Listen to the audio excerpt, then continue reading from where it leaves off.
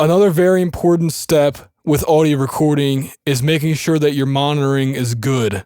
You want to make sure that your performers, and that may be you, have a good mix.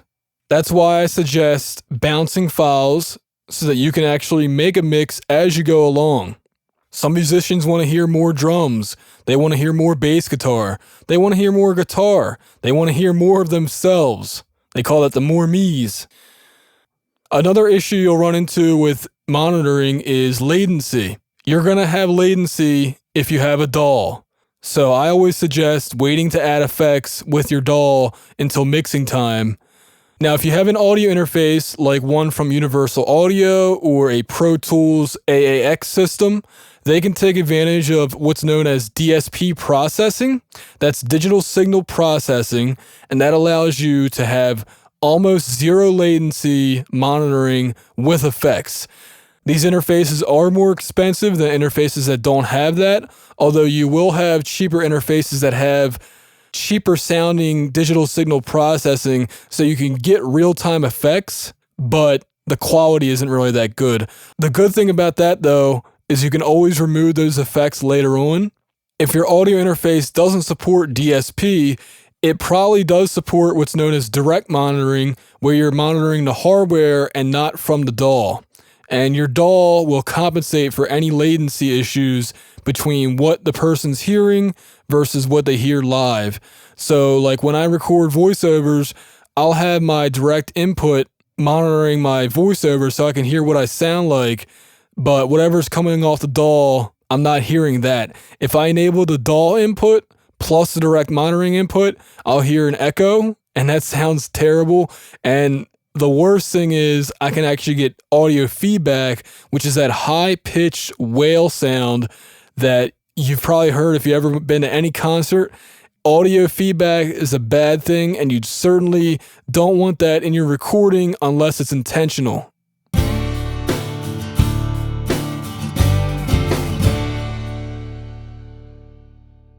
Another thing you'll want to learn how to do is called auto punching. This is where your recording will automatically start right to a time that you set. Once you do it a few times, it's very easy to repeat.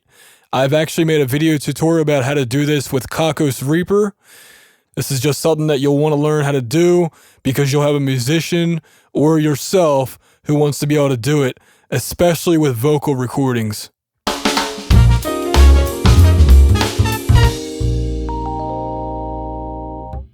They say the first thing and the last thing that you hear in a video tutorial is what people remember. Connectors and cables are important, and so is this last big step on the road to learning how to record audio. And that is speakers and speaker calibration software.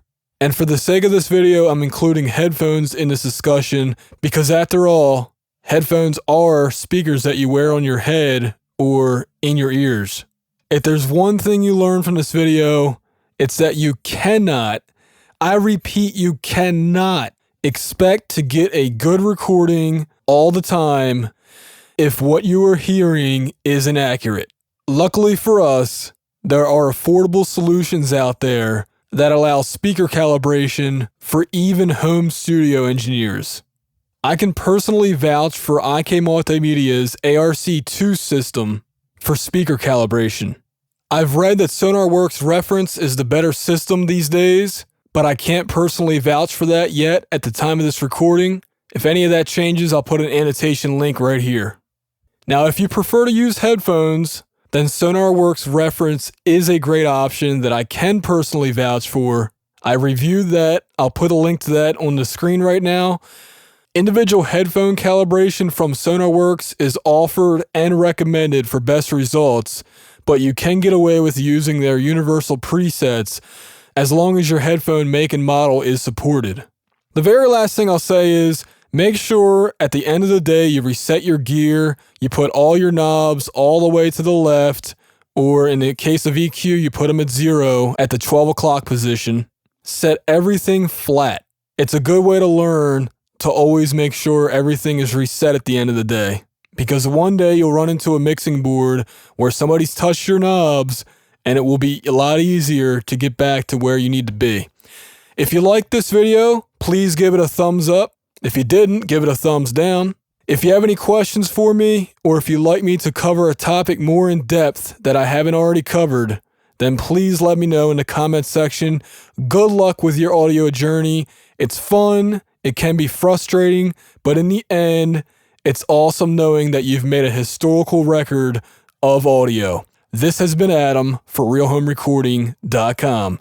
Be sure to check out a lot of our other videos in the Audio Recording School playlists.